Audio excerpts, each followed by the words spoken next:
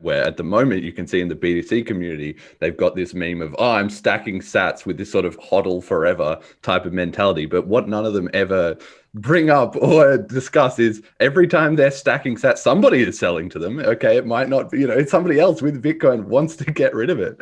Obviously, the price may go up or down, on any given day, but there's no way for them to acquire Bitcoin without somebody else receiving it. And the whole idea that Bitcoin would not be spendable from the early days or now has basically been, proven wrong, because even if there's no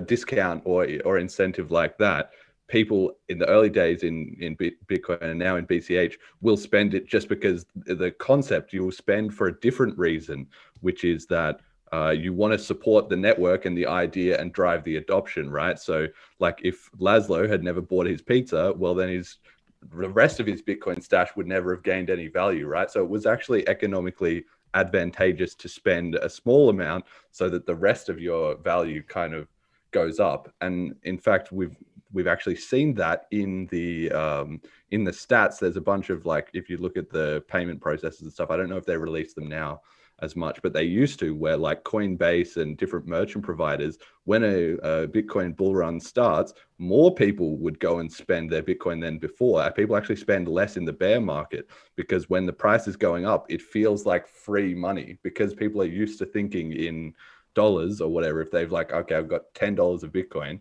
and then the price doubles to $20, that doesn't make them think, wow, I should hold this until it goes to $40. Actually, it makes them feel like they've got $10 free effectively. And so if they have something that they were considering buying as like a luxury purchase, but they couldn't really justify it, as the price goes up and it feels like I've got more and more value for free, that lowers their preference to buy something that previously they kind of wouldn't bother with, right? But they had in mind for that difference. So there hasn't really ever seemed to be a big problem with the idea is getting people the idea of using crypto as a currency more than the mechanics of them actually feeling like, oh, I should spend it, except in the case of BTC now, basically.